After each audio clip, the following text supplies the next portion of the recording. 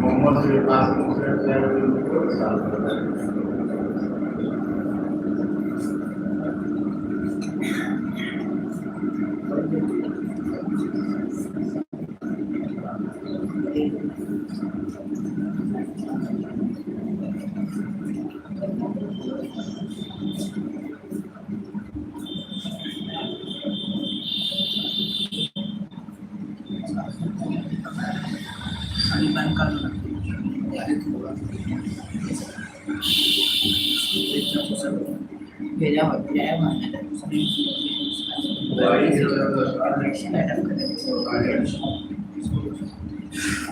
زینب اصول کی طرف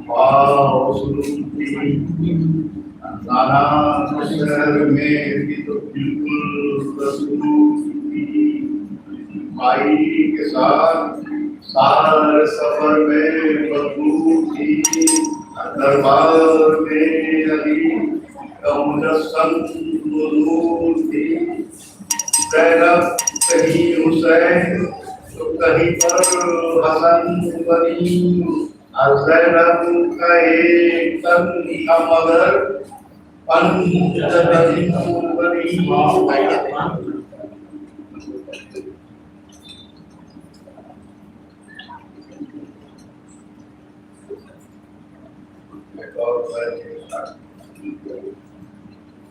غرور ٹوٹ گیا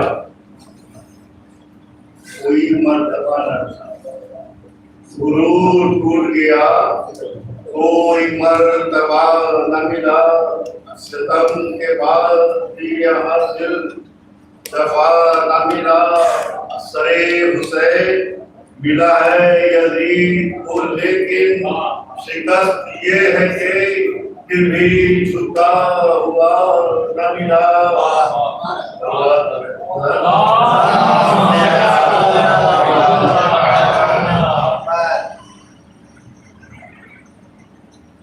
لکھ لکھ کے چنتا ہے تیرا نام یاد لکھ لکھ کے چنتا ہے تیرا نام یاد دل میں بسا ہے تیرا نام یاد لگتی نہیں ہے اس لیے ٹھوکر مجھے کبھی آتا ہے میرے کام تیرا نام یاد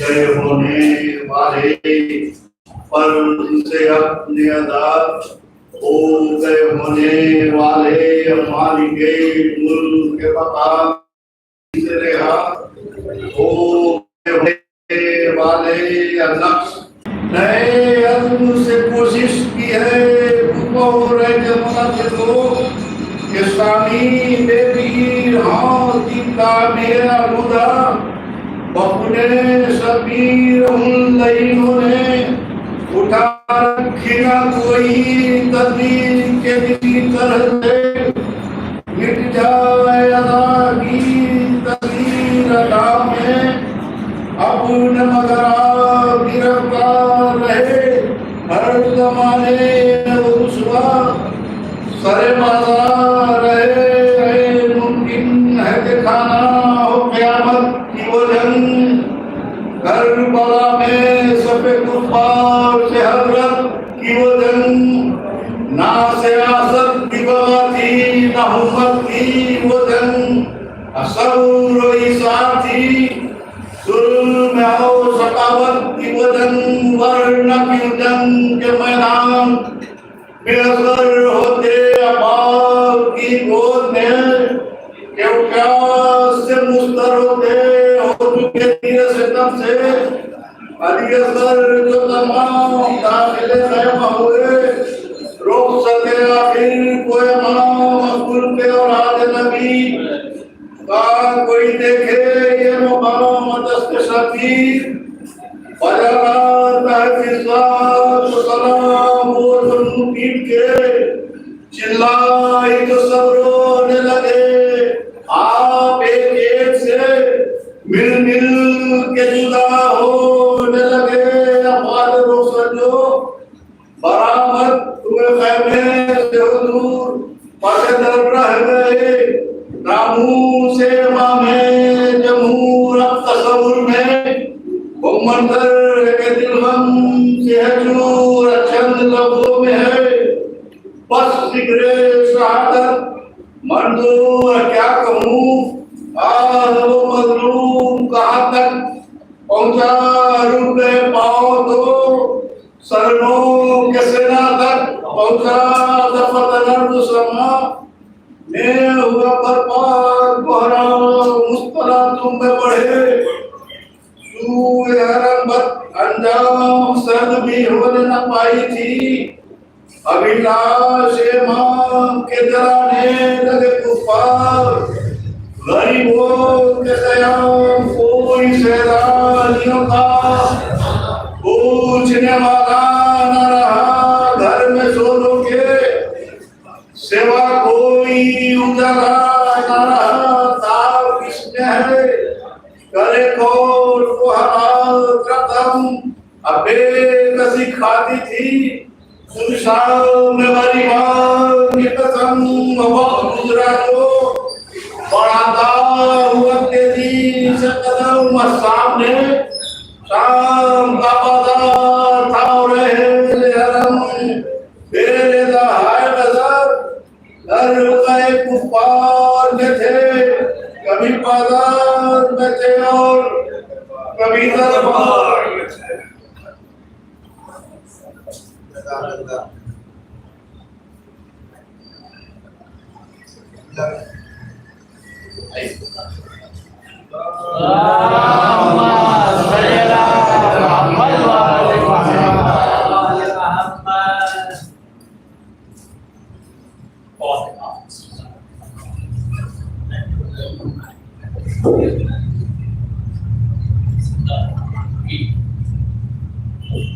الحمدللہ رب العالمین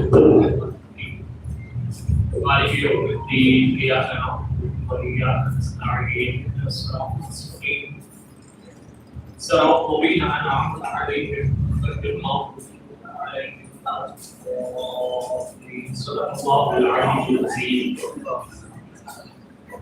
لا حول ولا قوة إلا بالله العلي العظيم، أعوذ بالله من الشيطان الرجيم، بسم الله الرحمن الرحيم، رب اشرح لي صدري ويسر لي أمري واحلل عقدة من لساني يفقهوا قولي، الحمد لله الذي لا يبلغ من حق القائل ولا يحصي نعماءه المعدوم ولا يؤدي حقه المجتهد الذي لا يدركه موت الحرم ولا يناله غوث الكتم الذي ليس لصفته حد محدود ولا نعم موجود ولا وقت محدود، أما بعد، قال الله تبارك وتعالى في القرآن المجيد، بسم الله الرحمن الرحيم، الحمد لله رب العالمين، محمد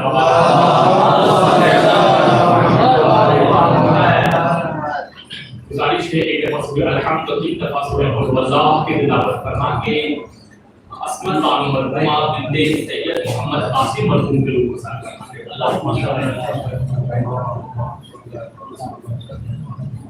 بسم اللہ الرحمن الرحیم، الحمدللہ رب العالمین، الرحمن الرحیم،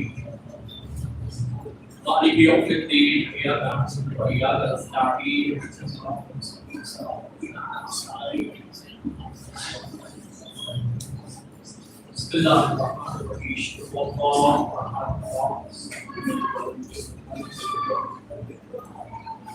بسم اللہ الرحمن الرحیم والله احد الله لم يلد ولم يولد بسم اللہ الرحمن الرحیم والله احد الله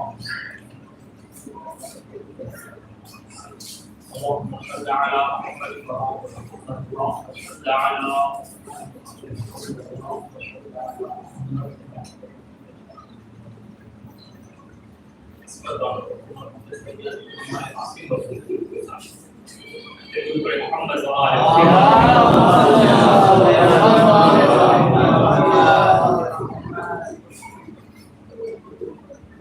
تقریباً 9 بج چکے ہیں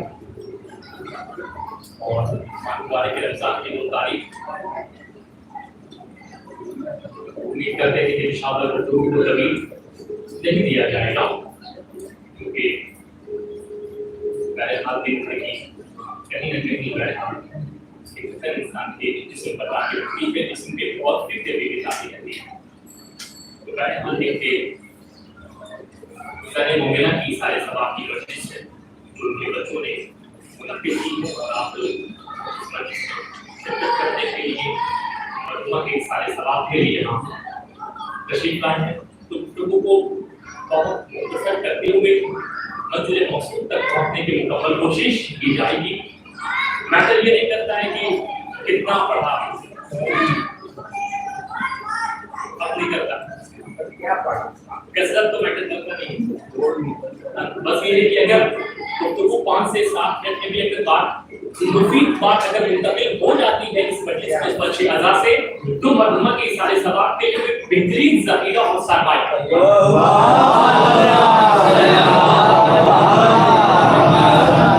تو مرحومہ کے درجات کی بلندی کے لیے بلند ترین درود پڑھتے ہیں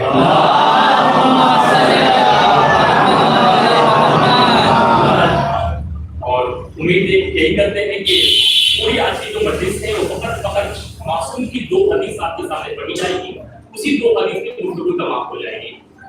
اگر مجھے یہ محسوس ہوگا کہ اور اس معصوم کی اس حدیث کو وضاحت کی جائے تو وضاحت ہوگی. اگر مجھے یہ محسوس ہو گیا کہ آپ لوگ اب سننے کی طبیعت نہیں ہے تو معاملہ وہیں سے بدل جائے گا کیونکہ بہرحال اول و آخر مرحومہ کے لیے سورہ فاتحہ آپ لوگ پڑھیں گے درود جتنی پڑھیں گے وہ سارے ثواب مرحومہ کے نام اعمال میں ہو ہی جائے گا. تو مرحومہ کے لیے کام ہو گیا جس مقصد کے لیے یہ آپ کو اب یہاں سے بیان جو ہے وہ آپ کے لیے ایک مفید اور ایک بلند ترین درود پڑھ دینا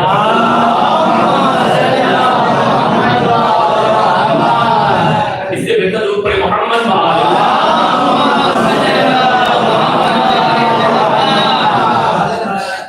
دیکھیے اللہ نے پروردگار عالم نے یہ بات تو ہر ایک پہ کلیئر ہے کہ اللہ کی تمام مخلوقات میں ایک مخلوق سب سے اعلیٰ ہے افضل ہے سپیریئر ہے بعظمت ہے اس سے افضل بعظمت سپیریئر اللہ کے نزدیک کوئی بھی مخلوق نہیں ہے اسے کہتے ہیں ہم لوگ انسان. لیکن یہ سپیریئر ہے سپیریئر سے ایک اور ایک بلند درجہ اللہ نے اپنے بندوں کے لیے رکھا ہے. بات پہنچ رہی ہے موضوع سے کریکٹ ہو جائیے گا. سپیریئر انسان ہے لیکن سپیریئر سے بھی ایک اور بلند درجہ اللہ نے اپنے لیے اپنے بندوں کے لیے مقام رکھا ہے جو انسان کو اسی دنیا میں حاصل کرنا وہ لفظ بعد میں بولا جائے گا.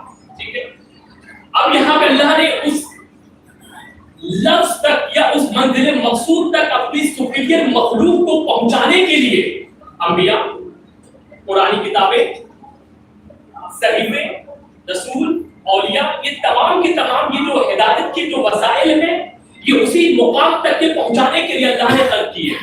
ٹھیک ہے تورات زبور انجیل قرآن یہ چاروں کی چاروں کتابیں اسی ماہ مبارک کے رمضان میں تو آپ اس مہینے کی امپورٹنس کو بھی سمجھ سکتے ہیں.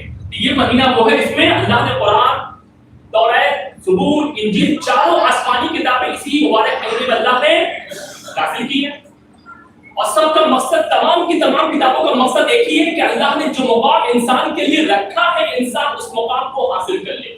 اگر انبیاء رسول آسمانی کتابیں موجود نہ بھی ہوتے تو تو اللہ نے انسان کے لیے کچھ ایام ایسے یعنی کہ موجود نہ بھی ہو، حاضر نہ بھی ہو، تو کچھ ایام، کچھ دن، کچھ مہینے، کچھ وقت ایسے رکھے انسان اگر ان مہینوں میں، ان وقت میں، ان دنوں میں، ان لمحات میں انسان اگر داخل ہو جائے تو رحمت الہی کو آسانی سے کر۔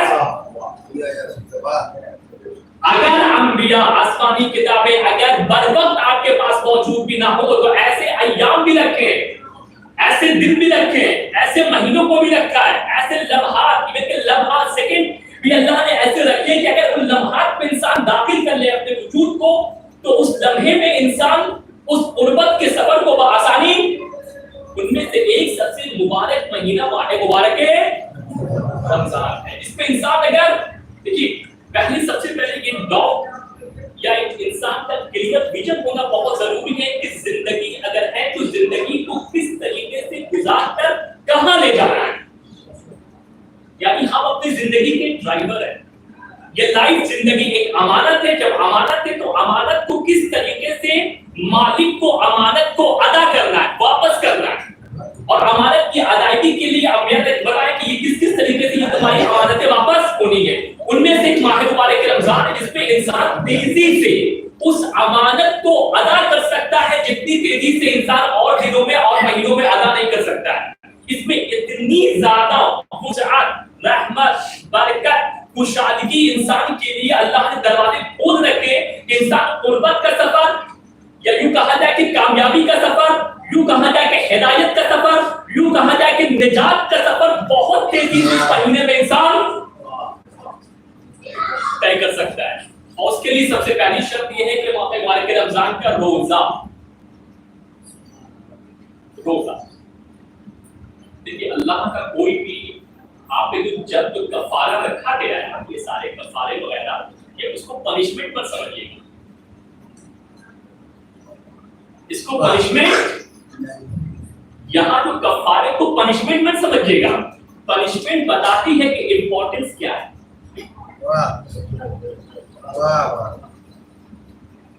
کتنی بڑی چیز تم نے کھو دی، تم کس چیز سے محروم ہو گئے، تم نے کن چیزوں سے اپنے آپ کو،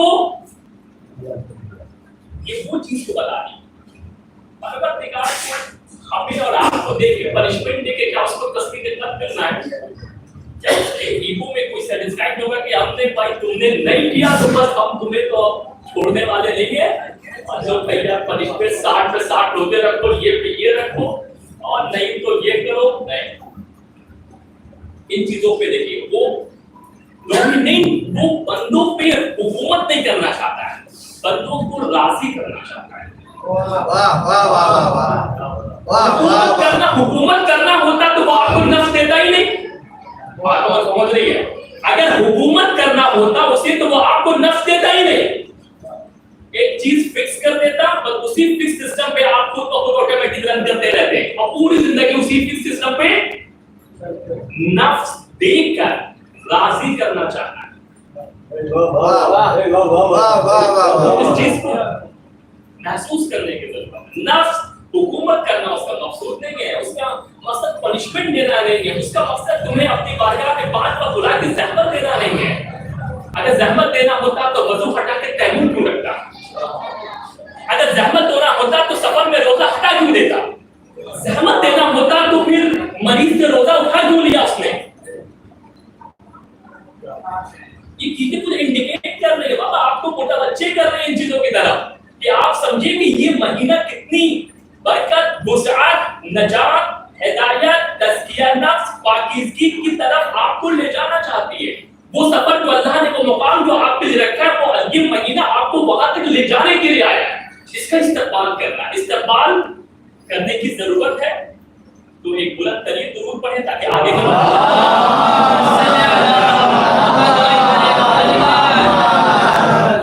اور سب سے پہلے اپنے پروردگار عالم کو یا اس کی جتنی بھی احکام اللہ نے انسانوں پہ فرض کیے ہیں، فرض کرنے سے پہلے یا اللہ کے کسی بھی واجب حکم کو عمل کرنے سے پہلے جس نے یہ چیز تم پہ نافذ کی ہے اسے سمجھو پہلے۔ نماز فرض ہے تو کیوں ہے نماز؟ کیوں 5 وقت کی نماز کیوں فرض ہے؟ روزہ رکھنا ہے تو کیوں مہینے کے 30 دن روزہ رکھنا ہے؟ گرمی ہو سردی میں آپ کو روزہ رکھنا ہے. مستطیع ہو جائے تو حج کرنا ہے. مال میں زیادتی ہو جائے تو زکات و خمس معاملہ ہے. یہ چیزیں جو فرائض آپ کے اوپر ہیں یا صلہ رحم واجب یا اخلاقی اعتبار، یہ چیز جو آپ سے تقاضا کیا گیا ہے، یہ جو باؤنڈریز آپ کے لیے بنائی ہیں، ان باؤنڈریز پہ رکھ کر اللہ کیا کرنا چاہتا ہے آپ کو، یا کیا بتانا چاہتا ہے، کیا سکھانا چاہتا ہے، یا اپنی قدرت دکھانا چاہتا ہے، یا اپنا پاور دکھانا چاہتا ہے، یا اپنی حکومت کرنا چاہتا ہے، یا آپ کو ڈرانا چاہتا ہے، دھمکانا چاہتا ہے. اس نے جنت اور جہنم آپ کے سامنے رکھ کے کیا لالچ دینی چاہیے اس نے، یا خوف دینا چاہا ہے؟ قرآن میں جنت کا ذکر ہے. یعنی یہ جنت کا ذکر کر کے کیا آپ کو انسان کو لالچی بنانا چاہتا ہے کہ یہ کرو تو یہ کرو تو یہ کرو تو یہ، اور جہنم کا ذکر کر کر کیا آپ کو نہیں. یہ تمام چیزیں جنت آپ کو لالچی یا انسان کو لالچی بنانے کے لیے ہے، نہ ہی یہ چیزیں انسان کو، یہ تمام چیزیں آپ کی لائف کو بیلنس کرنے کے لیے. زندگی میں بیلنس، زندگی میں اگر بیلنس نہیں ہے تو کوئی چانس نہیں ہے کہ آپ منزل مقصود تک پہنچ جائیں. سنگل وہ بھی چانس نہیں ہے کہ آپ اپنی زندگی کے ہدف کو اچیو کر لیں. بیلنس اگر لائف میں نہیں ہے. حضرت علی فرماتے ہیں کہ جاہل کی سب سے بڑی علامت یہی ہوتی ہے کہ اس کے ہر معاملے میں افراط و تفریط، یعنی ڈس بیلنس، آگے پیچھے، یا وہ حد سے آگے بڑھ جاتا ہے یا وہ حد سے پیچھے آ جاتا ہے. یعنی اگر ضرورت یہاں پہ 10 روپے خرچ کرنے کی ہے تو وہ 10 لاکھ کر بیٹھے گا. ضرورت یہاں پہ 5 روپے خرچ کرنے کی ہے تو وہ 1 روپیہ خرچ کرے گا. اب آپ اس کرائٹیریا کو اپنے سماج میں دیکھ لیجیے کہ کہاں مال کو کتنی زیادہ خرچ کرنے کی ضرورت ہے اور لوگ وہاں کتنا خرچ کر رہے ہیں. ایک سنگل آپ کو ایک مثال دیا ہے. حد سے آگے بڑھ جانا یا حد سے پیچھے آ جانا. جہاں جتنی ضرورت تھی اس ضرورت کے مطابق انسان کا عمل صادق نہ ہونا. میری ضرورت یہ تھی کہ ہم واجب نماز کو 7 منٹ میں پڑھیں. فار ایگزامپل ہم نے وہاں پہ 7 منٹ کی نماز کو لے گئے ہم 70 منٹ کی. آپ حد سے آگے چلے گئے اور جہاں میری ضرورت تھی 60 منٹ کی ہم نے ختم کر لی 6 منٹ. نہ حد سے آگے بڑھ جانا ہے، ڈس بیلنس نہ. تو ماہ مبارک کے رمضان میں بیلنس ضروری ہے. انسان اس ماہ مبارک کے رمضان کی ان تمام چیزوں کو درک کرے، ان تمام رحمت برکت جو اللہ نے اس مہینے میں رکھی اس کو حاصل کرے، سمجھے مجھے کیا ہے کہ چیزیں یہ مہینہ کیوں ہے، ہمیں کیا کرنا چاہتا ہے، کہاں لے جانا چاہتا ہے، اور یہ مہینہ کیوں سال میں ایک مرتبہ آ کے ہمیں کیا دیکھ کر چلا جاتا ہے. تو اسی بہانے سے ہر معصوم کی بہت سارے احادیث ہیں. اس عنوان سے ایک حدیث، اس عنوان سے بھی دوسرے حدیث آگے کے لیے ایک ملک کا درود پڑھیں محمد وعلى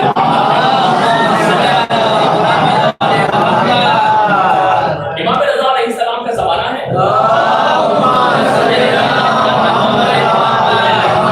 امام کے بہت ایک مخلص بابا صحابی ابا سلمہ جن کا نام ہے، وہ ماہ شعبان جو 2 رمضان ہے، آج ماہ رمضان کی 2 تاریخ ہے، تو لاسٹ ماہ رمضان جو لاسٹ جمعہ جو ماہ شعبان کا گزرا ہے وہ ختم ہونے کے 2 جمعہ کا وقت گزرا اور وہ امام کا صحابی امام کی خدمت میں، یعنی ماہ شعبان کا آخری جمعہ گزر چکا ہے اور امام رضا کا وہ صحابی امام کی خدمت میں.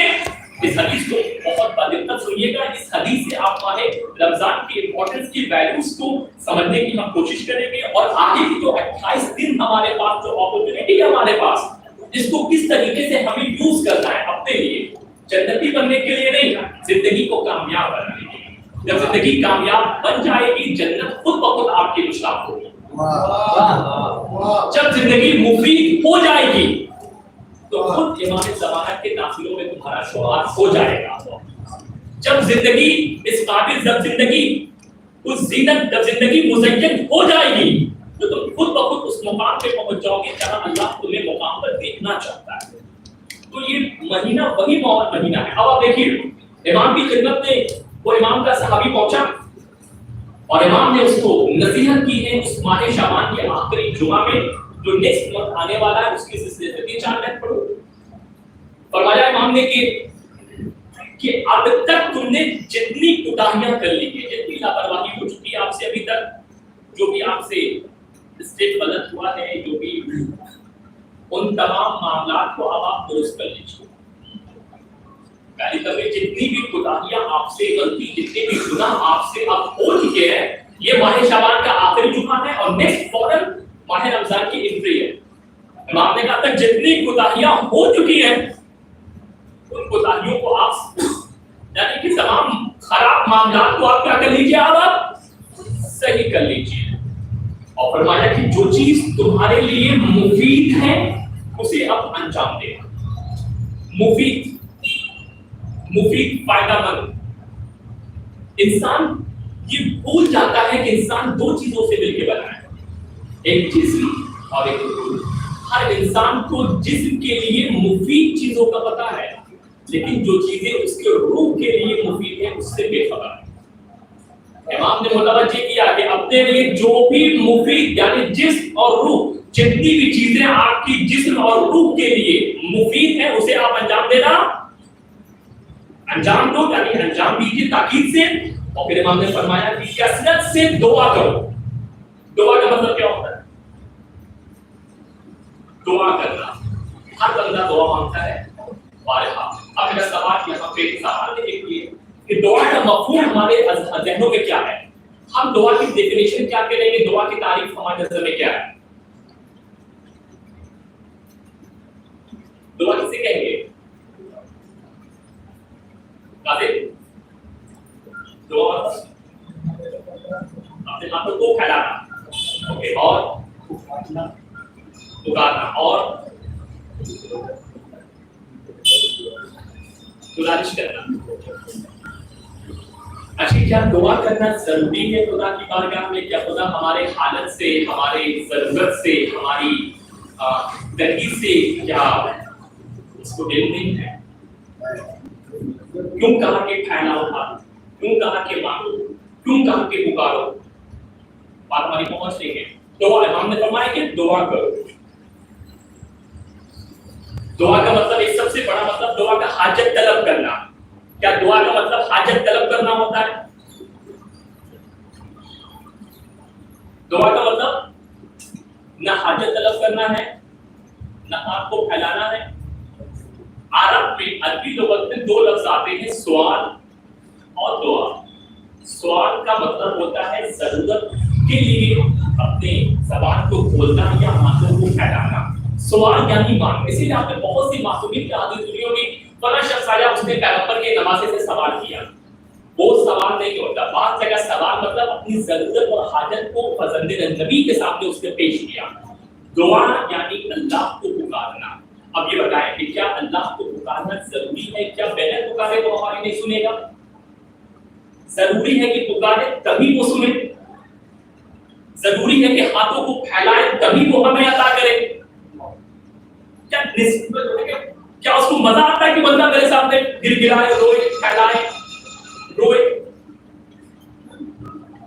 یہ انسانوں کا نیچر ہے کہ دینے سے پہلے اس کو 10 مرتبہ دوڑائے گا یا 5 مرتبہ فون کروانا ہے یا اس سے سفارش کروائے گا. یہ ہماری طبیعت میں ہے کہ بھائی اگر کسی نے کچھ کام آنا ہے، جب تک آپ 2 بار 3 بار اس کو نوٹ نہیں کیجیے گا، جب تک 2-3 بار وزٹ نہیں کریں گے، کام نہیں ہوگا. کوئی مسئلہ جب حل آتا ہے، کم سے کم بہت ہی کم ایسے افراد ہیں جو آپ کے ایک بات کے کہنے پہ آپ کا مسئلہ حل ہوتا ہے.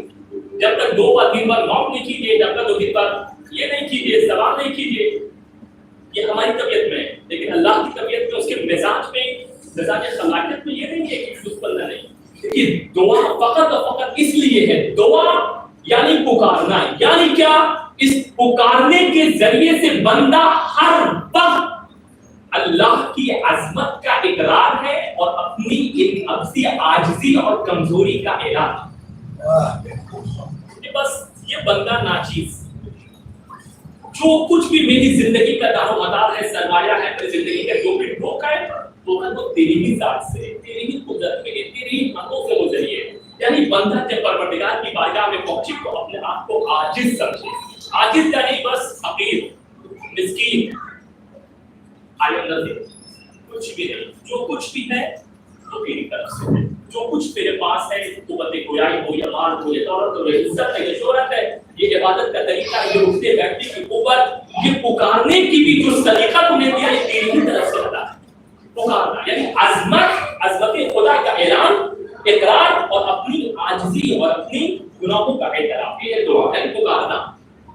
پھر فرمایا کو قرآن پڑھنا۔ اس مہینے میں قرآن کی تلاوت کی بہت زیادہ تاکید ہے، قرآن ختم کرنے کی تاکید نہیں ہے، اس بات کو نوٹ رکھیے گا۔ قرآن ختم کرنے کی تاکید، قرآن اتنا ہی پڑھنا ہے جتنا ختم کر لینا ہے۔ بعض لوگ ہمارے یہاں یا خواتین میں زیادہ کہ ایک قرآن، دو قرآن، تین قرآن، جیسے کمپٹیشن چل رہی ہے بس ختم کر چلو۔ قرآن پڑھنے کی تاکید ہے، قرآن کو ختم کرنے کی تاکید ختم ہو جاتا ہے۔ سبحان اللہ، قرآن ختم کرنے کی تاکید نہیں ہے، قرآن پڑھنے کی، پڑھنا کیوں ہے؟ تاکہ قرآن میں شفا ہے، تاکہ شفا کو لے سکو۔ شفا کیا جسمانی ہے؟ جسمانی سے زیادہ قرآن میں روح کے لیے شفا، اس لیے پڑھو تاکہ اگر تمہارے وجود میں کوئی مرض، نفس میں کوئی مرض اگر موجود ہے تو اس کی تلاوت سے وہ شفا تمہیں مل جائے کہ تمہارے قلب سے، تمہارے فکر سے وہ مرض۔ قرآن کی شفا ہے، قرآن میں رحمت ہے، قرآن میں کشش ہے، یہ ہے قرآن۔ اس لیے قرآن پڑھنے کی تاکید ہے۔ قرآن کی ریس میں نہیں جانے، قرآن ختم کرنا نہیں، قرآن ختم کرنے کی زور نہیں ہے۔ ہمارے استاد محترم ایران مسئلہ کہا کرتے تھے کہ بھیا آپ ماہ رمضان میں 5 آیت پڑھیے، لیکن بہت فکر کے ساتھ پڑھیے کہ اللہ نے اس آیت میں آپ کے لیے کیا پیغام رکھا ہے، اس آیت میں آپ کے لیے کیا شفا رکھی ہے، اس آیت میں اللہ نے آپ کے لیے کیا رحمت رکھی ہے۔ قرآن ختم کرنے کا زور دماغ سے نکال دینا ہے اور قرآن پڑھنے کی تاکید، یعنی کیا؟ زیادہ سے زیادہ پڑھو تاکہ اس کی شفا کو کسب کر سکو، اس کی رحمت کو کسب کر سکو، اپنے لیے ہدایت اور نجات کا سامان فارمولا جو قرآن میں ہے اس کو اپنے اندر، یہ ہے قرآن کو پڑھنا ہے۔ قرآن کا استعمال ہمارے یہاں کیا ہے وہ آپ سبھی کو پتا ہے کہ قرآن کا استعمال ہمارے یہاں کس طریقے سے قرآن کا مطلب ہے، ایکسپلین کرنے کی ضرورت تو نہیں ہے کہ قرآن کا مطلب ہمارے پاس کیا ہے، کس طریقے سے قرآن کا استقبال کرتے ہیں، کس طریقے سے قرآن کا احترام کرتے ہیں، کتنا احترام کرتے ہیں پتہ ہے ہم؟ قرآن کو غلاف کے احترام سے کہیں زیادہ ہے ایک آیت پڑھنے۔ قرآن کو غلاف پہ لپیٹ کر یا کاسٹلی مخمل کے غلاف میں لپیٹنے سے زیادہ قرآن کو اس کپڑے کی ضرورت نہیں ہے۔ قرآن کو تمہاری ضرورت ہے کہ اس سے پڑھو، یہ قرآن کا مطلب۔ اور بھی مطلب بتا دیں، قسم کھانے کے لیے سب سے زیادہ جس چیز کا استعمال ہوتا ہے، بھائی بیٹھائیے، آپ بھی کھائیے قرآن، ہم بھی اٹھائیں قرآن، فلاں صاحب بھی قرآن اٹھائیں۔ قرآن کا مطلب بتا رہے ہیں، ان مصارف سے نکلیے۔ اس سے اور بڑا مطلب جہیز کی ابتدا قرآن خریدنے سے ہی ہوتی ہے۔ اس سے اور بڑا مطلب بتائیں، رخصتی ہوتی ہے تو قرآن کے نیچے سے ہی ہوتی ہے۔ میں اس کا مخالف ہرگز نہیں ہو، نیچے گزارنے سے بہتر ہوتا قرآن کی 5 آیت پڑھ کے رخصت کرتے، نیچے گزارنے سے بہتر ہوتا کہ قرآن کی 5 آیت مرد پڑھتا، قرآن کی 5 اسی جو نیا قرآن جو جہیز کے لیے خریدا گیا تھا، اسی جہیز کو قرآن کے کھول کے 5 آیت مرد پڑھتا، 5 آیت زوجہ پڑھتا، پھر رخصت ہوتے ہیں۔ یہ تھا حاصل پیغام جاتا ہے یہاں سے۔ غالباً شہید مصطفیٰ چمران کا نام سنا آپ نے؟ شہید مصطفیٰ چمران جو یہاں کے بہت بڑے نیک سمجھ لیجیے الہی انسان جو بھی گزرے ہیں، ان کی زوجہ نے مہر والوں میں کیا مانگا؟ مہر۔ اچھا ایک بات اور سن لیجیے، مہر دینا آپ ڈیسائیڈ کرو گے کہ عورت ڈیسائیڈ کرے گی؟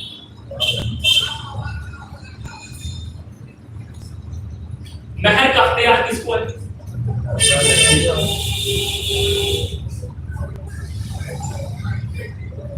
مہر کا اختیار کسے ہے؟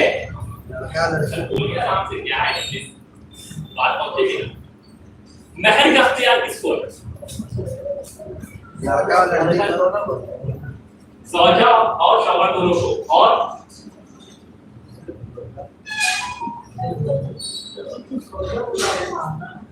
زیادہ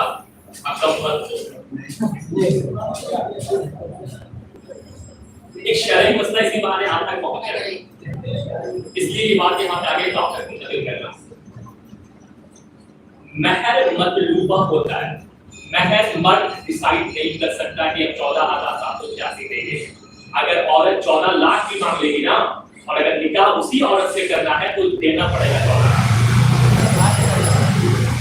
محض ڈیمانڈیڈ ہوتا ہے, اس کو اردو مطلوبہ کہتے ہیں. جتنی عورت نے طلب کر لیا ہے اور اگر نکاح اس سے کرنا ہے تو اتنا ہی اماؤنٹ دینا ہے. مرد ڈیسائیڈ نہیں کرے گا 14,786. 40 سال پہلے تھا, 40 سال بعد بھی ہے. ہمارا اختیار نہیں کریں گے. مرد پر واجب ہے کہ عورت سے پوچھے کہ تمہارا مہر کیا دیا جائے. مرد پر یعنی شوہر پہ واجب ہے کہ عورت سے پوچھے کہ تمہارا مہر وہ کیا طلب کرتی ہے. مطلوبہ ہے طلب کرنا, وہ طلب کرے گی, ہم ڈیسائیڈ نہیں کریں. جتنی عمر طلب کر لے گی اتنا ہمیں دے. بڑے بات ہے کہ ہمارے سماج کی خواتین بہت سلجھی ہوئی ہوتی, 14,700 کا آسانی سے بھاگ جاتی, لیکن بعد میں کتنا ہزار نہیں پتا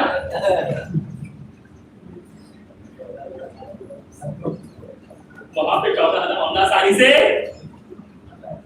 اب آیا اٹھ باہر ایک منٹ تک ضرورت پڑے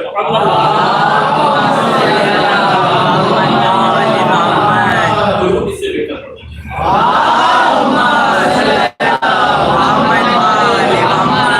مہر مرد ڈیسائیڈ نہیں کرے گا. اس سے مہر کی رقم مختص کرنے کی, معین کرنے کی, مقرر کرنے کا اختیار مرد کو نہیں ہے. مہر مطلوبہ ہوتا ہے, عورت طلب کرے گی.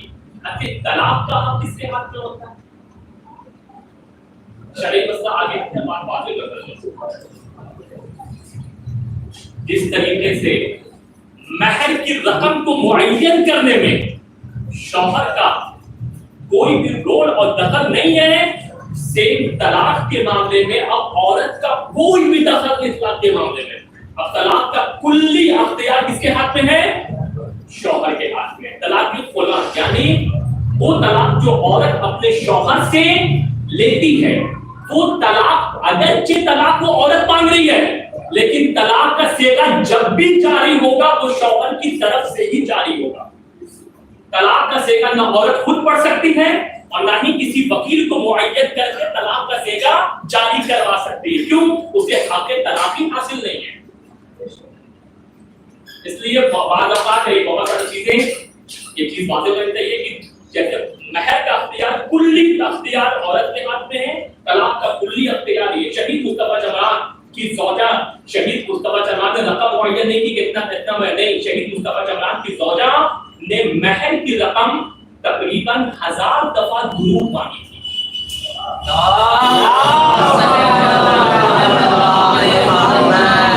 اور ایک اور بات ملی تھی کہ اس نے 3 مرتبہ یا کتنی مرتبہ ختم قرآن اپنی مہر میں مانگا تھا اپنے شوہر سے.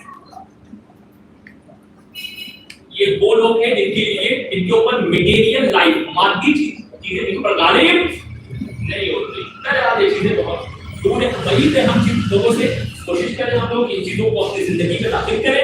امام نے فرمایا کہ خوب قرآن کی تلاوت کرو, خوب قرآن پڑھو. خط نہیں تھوڑا پڑھے, مختصر پڑھے, قرآن کے مطلب کو عربی بات پڑھے, 2-4 دن قرآن کی ترجمے کو پڑھے تاکہ کم سے کم اسی مہینے قرآن کے مفہوم کو ہم لوگ پہنچ سکیں. پھر فرمایا کیوں یہ کام کیوں کرو, یہ تمام چیزیں کوتاہیاں اپنی کم کرو, قرآن خوب پڑھو, استغفار کیوں کرو, کیوں تاکہ جب ماہ رمضان تمہاری طرف آئے, کمی آنے والا تھا تو تم ماہ رمضان کی رحمت اور اس کی برکت کو حاصل کرنے کے لیے پیور ہو چکے, فلٹر ہو چکے ہو, تیار ہو چکے ہو, آمادہ ہو چکے ہو کہ جتنی تیزی سے وہ رحمت رحمت وہ آ رہی ہے ان تمام چیزوں کو تم آسانی سے.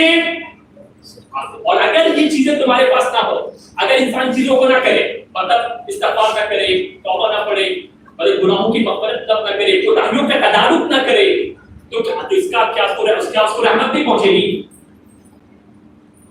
اگر کوئی استغفار نہ کرے, اپنا قرض ادا نہ کرے, امانت ادا نہ کرے, تو کیا ماہ رمضان کی رحمت اس تک نہیں پہنچے گی؟ تو اس میں فرق کیا ہوا؟ پھر ایک انسان جس نے ماہ رمضان کے قبل اس نے اپنی کوتاہیوں کو تدارک کر لیا ہے, اپنے قرض کو ادا کر دیا ہے, امانت بھی ادا کر لیا, استغفار کی, دعا کی, ایک ایسا انسان ہے. اور ایک انسان جس کے سر پہ بہت سارے ذمہ داریاں ہیں,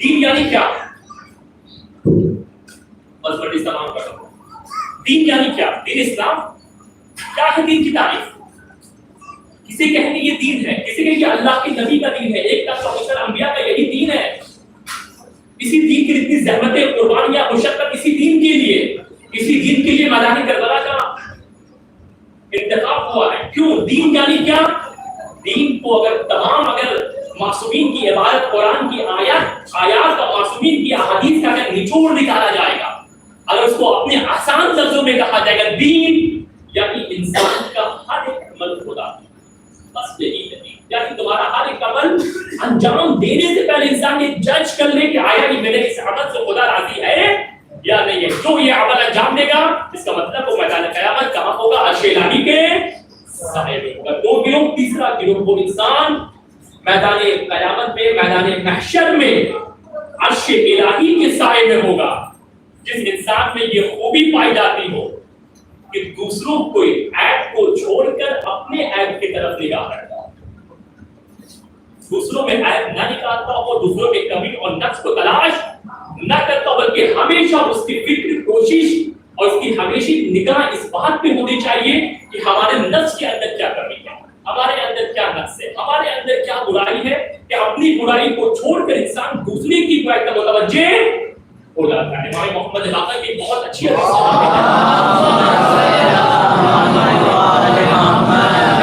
فرماتے ہیں کہ اگر کسی ایسے انسان کو تم دیکھ لو کہ جو انسان اپنے نفس کو, اپنے نفس کی برائی کو, کمی کو, نقص کو چھوڑ کر دوسرے کی برائی کو, عیب کو تلاش کر رہا ہو, تو سمجھ جانا کہ یہ انسان شیطان کے ہاتھوں دھوکا کھا چکا ہے. یہ محمد باقر علیہ السلام کی جب تم دیکھ لو سماج میں کہ جو اپنی برائی کو, اپنی کمی کو, اپنے نقص کو, اپنے گھر کی تمام معاملات کو, کمیوں کو چھوڑ کر دوسرے کی پرسنل معاملات پہ, دوسرے کے گھر میں, دوسرے کے معاملات پہ عیب جوئی کر رہا ہے, تلاش کر رہا ہے, موقع ڈھونڈ رہا ہے کہ بس سماج میں اس کو, تو سمجھ جانا کہ یہ انسان شیطان کے ہاتھ میں معاملہ پورا حل ہے.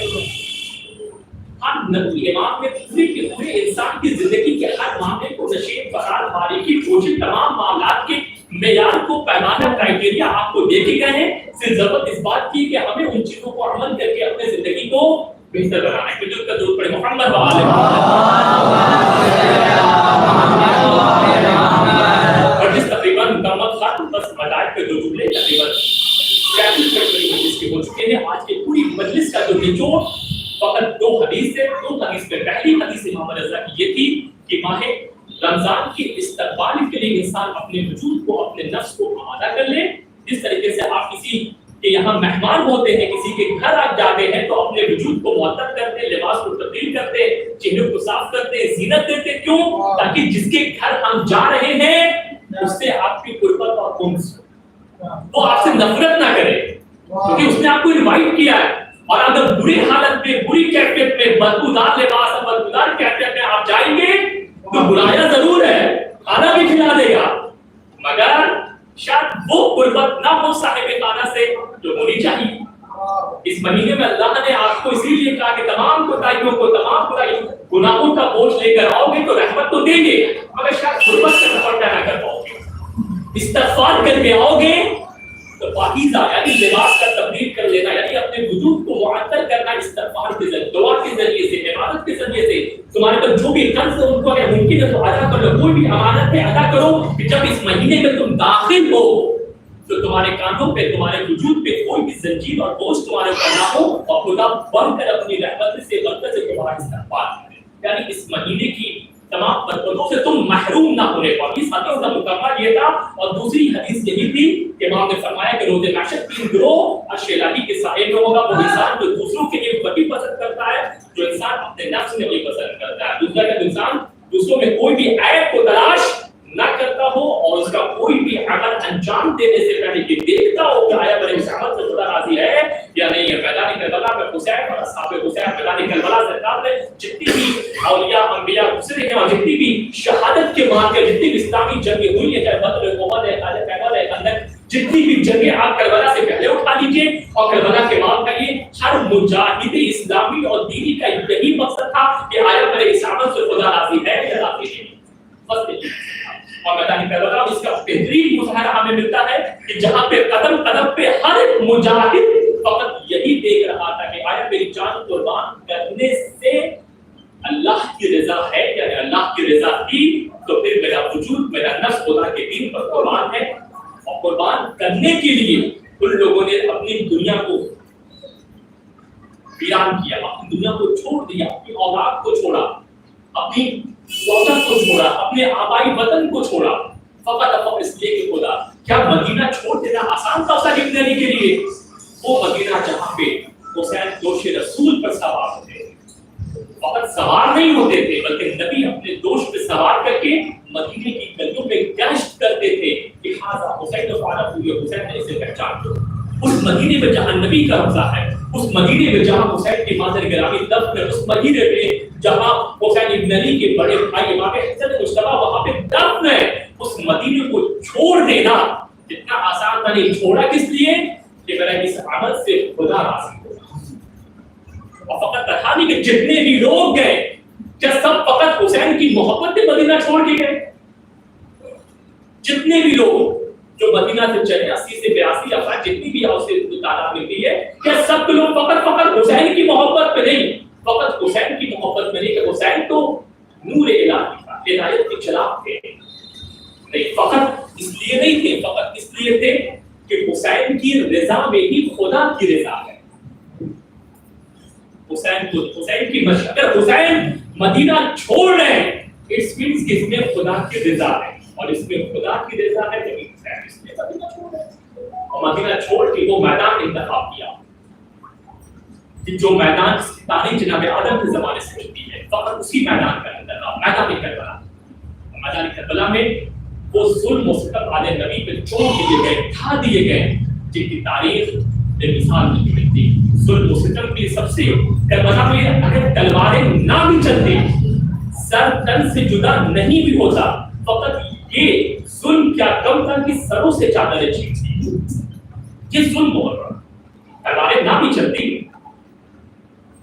تو اس سے بڑا ظلم ہو ہی نہیں سکتا کہ جس گھرانے سے اسلام کی شریعت میں دین میں پردے کا رواج، پردے کا حکم اسی کے گھر کی خواتین کے سروں سے چادریں چھین دی.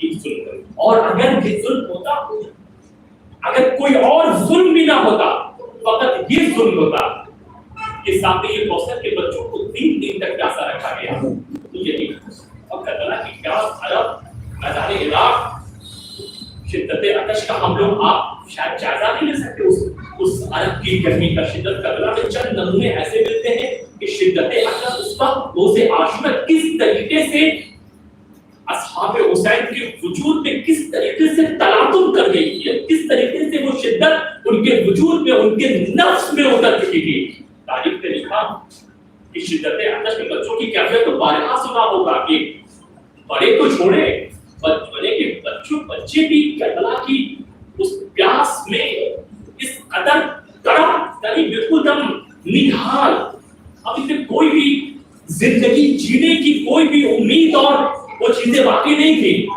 بس ایک منظر تاریخ میں یہ بھی لکھا، کسی نے لکھا کربلا کی جب رات کا سیدھا مقتل کا جب غروب ہو جاتا، رات کا کچھ حصہ گزر جاتا، جب میدان میں تھوڑی سی ان کی محسوس ہوتی تو بچے گروہ در گروہ جو بھی بچے کربلا میں موجود تھے وہ میدان کربلا میں جاتے، تلاش کرتے، زمین کو ڈھونڈتے، ہاتھ تلاش کرتے کہاں کوئی فرات ایک طرف بہہ رہی تھی نا، کی خنک زمین میں وہ قریب پائی جاتی تھی، اور جہاں پہ قریب محسوس ہو جاتی بس وہیں پہ اپنے سینے کو ٹیک تھوڑی سی نمی آنے کی. کربلا اور بہت بات لکھی ہے اور تاریخ نے.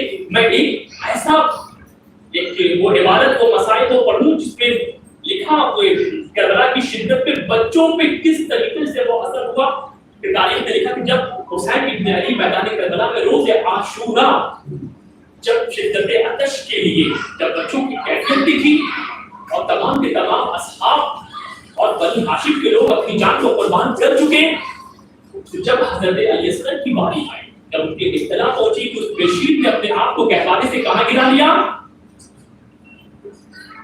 زمین پر گرا لیا. تو حسین ابن علی اس بچے کو لے کے کہاں نکلے؟ مقتل میں چلے. اور مقتل میں جانے کے بعد کیا فرمایا؟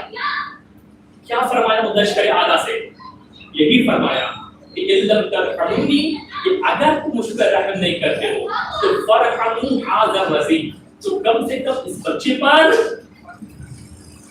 کیا کرو، اس بچے پر رحم کرو۔ کیا تم نہیں دیکھتے کہ یہ بچہ پیاس سے کس طریقے سے جاں طلب ہے؟ امام نے عربی لفظ میں استعمال کیا تھا یتلذا، یہ بچہ پیاس سے کس طریقے سے جاں طلب ہے۔ یتلذا عربی لغت میں کس معنی میں آتا ہے؟ وہی مطلب پہنچاؤ مطلب آپ کو۔ یتلذا عربی لغت میں اس معنی کے لیے آتا ہے، میں 3 معنی بیان کر رہا ہوں، 3 عبارت پڑھ رہا ہوں، تو آخری جو عبارت ہوگی اس عبارت کے لیے لفظ یتلذا استعمال کیا جاتا ہے۔ امام نے اسی آخری لفظ کو استعمال کیا تھا اپنے اس بشیر، اپنے اس فرزند علی اصغر علیہ السلام کے لیے۔ جب کسی بھی مچھلی کو آپ پانی سے جدا کر لیں گے، الگ کر لیں گے، تو جب تک مچھلی میں قوت ہوتی ہے وہ کیا کرتی ہے؟ مچھلی ایک جگہ سے قوت کا مظاہرہ کر رہی ہے، ایک جگہ سے اٹھی دوسری جگہ تیسری جگہ وہ اچھلتی تو قوت باقی ہے، لیکن جب پانی سے جدا ہوئے کچھ دیر گزر جاتی ہے، اب اس پہ اتنی قوت نہیں ہے کہ وہ ایک جگہ سے اٹھ کر، تو وہ کیا کرتی؟ فقط اپنی ہی جگہ پہ کروٹیں، یہ 2 کیفیت، پہلی کیفیت قوت ہے تو اچھل کے ایک جگہ سے دوسری جگہ، دوسری قوت کیا ہے کہ فقط وہ قوت ختم ہو گئی تو اپنی ہی جگہ پہ کروٹیں۔ اب جب یہ بھی قوت اور صلاحیت ختم ہو جاتی ہے مچھلی کی، تو اب مچھلی فقط نہ اچھل سکتی ہے اور نہ ہی اپنی جگہ پہ کروٹ دے سکتی ہے، فقط اپنے دہن کو کھولتی ہے اور بند کرتی ہے۔ اسی کیفیت کو یتلذا کہتے ہیں۔ امام نے فرمایا کیا تم نہیں دیکھتے میرے بچے کو کہ میرے بچے کی پیاس سے کس کیفیت، میرا بچہ پیاس سے اتنا نڈھال، اتنا شکستہ ہو گیا ہے کہ بار بار اپنے دہن کو کھولتا ہے اور اپنے دہن کو بند کرتا۔ فرحموا ھذا الرضیع، اس بچے پہ رحم کرو، اور رحم کرنے کے نتیجے میں لشکر ام سعد کی طرف سے وہ تیر آیا۔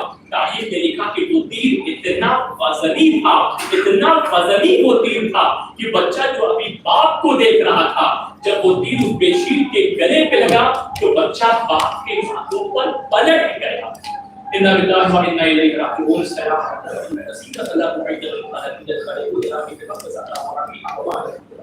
پروردگار جب کے اشیاء حق و قرار ہوں میری مومنات اس کے استعمال کی جان مالی سب آپ کی حفاظت فرما۔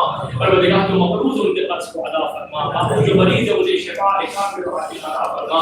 پروردگار ہم سب کو اپنی عبادت و اطاعت کی توفیق عطا فرما۔ پروردگار ہماری گناہیں کبیرہ و صغیرہ کو معاف فرما۔ پروردگار ہمیں اپنی معرفت عطا فرما۔ پروردگار ہم سب کو زیارت حج بیت اللہ نصیب فرما۔ پروردگار ہم سب کو زیارت قبر حسین نصیب فرما۔ پروردگار کی مرحومہ کی زیادہ ثواب کی مجلس سے اللہ ان کے درجات کو بلند فرما، ان کو شفاعت محمد و آل محمد میں نصیب فرما، انہیں جوار رحمت میں جگہ عنایت فرما۔ پروردگار امام عاصم کی ظہور میں تعجیل فرما، ہم سب کو ان کے آباد و انصار کو شمار فرما۔ ایک رسول اللہ صلی اللہ کی تلاوت فرما کے اسماء و مرحومہ بنتے سید محمد قاسم و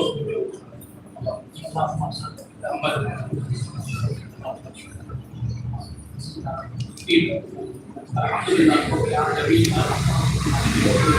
یا اسلامی بسم اللہ الرحمن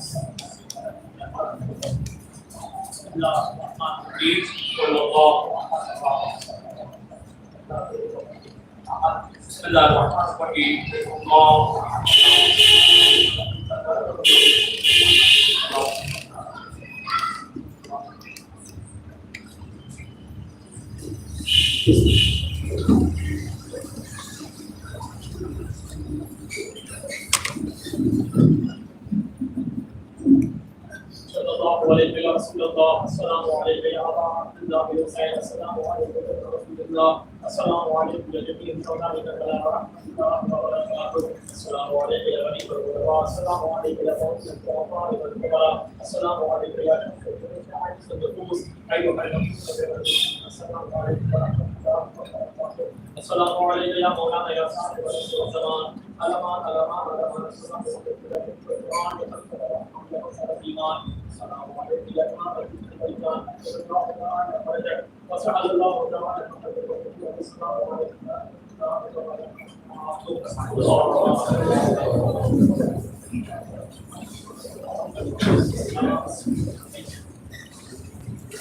Lumayan sa